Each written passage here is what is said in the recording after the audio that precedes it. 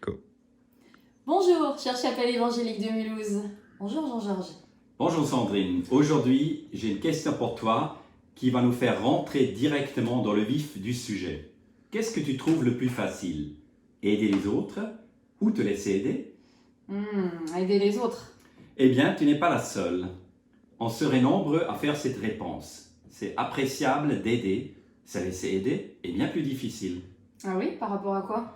Je vais te partager une expérience personnelle qui m'a montré combien il est difficile de se laisser aider.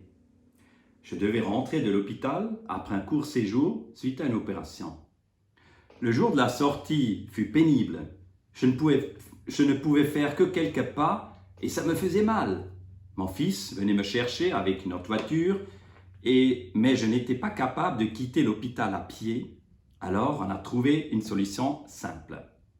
C'était un drôle de sentiment. Mon fils conduisait le fauteuil et plus moi. Nous avons vécu un changement de rôle. Ce n'était plus le père qui aidait son enfant, mais le fils qui servait son père. J'ai compris à ce moment-là combien il était plus facile pour moi de soutenir les autres que d'être au bénéfice des autres. Évidemment, mes deux métiers me prédestinent à cela. Je suis infirmier et pasteur. Je ne sais pas ce que vous en pensez, mais c'est touchant comme expérience. Et c'est vrai que se laisser aider, c'est vraiment pas facile. Et servir peut être aussi difficile, Jean-Georges. Je pense que c'est dû au fait que servir semble aller à l'opposé de notre liberté, de notre autonomie et de notre épanouissement. Nous souhaitons devenir quelqu'un d'important, devenir célèbre, secrètement nous l'espérons tous. Je pense que le besoin qui se cache derrière nos ambitions est le besoin humain d'être approuvé, reconnu et aimé. Oui, je pense qu'on sait tous très bien ce que tu veux dire. On recherche cette reconnaissance au travers de notre carrière, d'une relation réussie ou encore de capacités particulières, par exemple.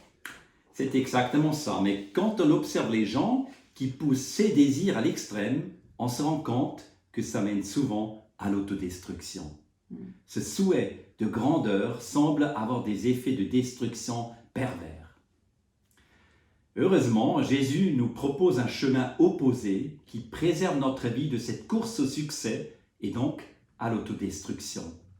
Il nous provoque par une voie plus radicale encore qui paraît ne nous apporter aucune gloire instantanée, mais qui peut nous coûter beaucoup d'efforts, voire de souffrance.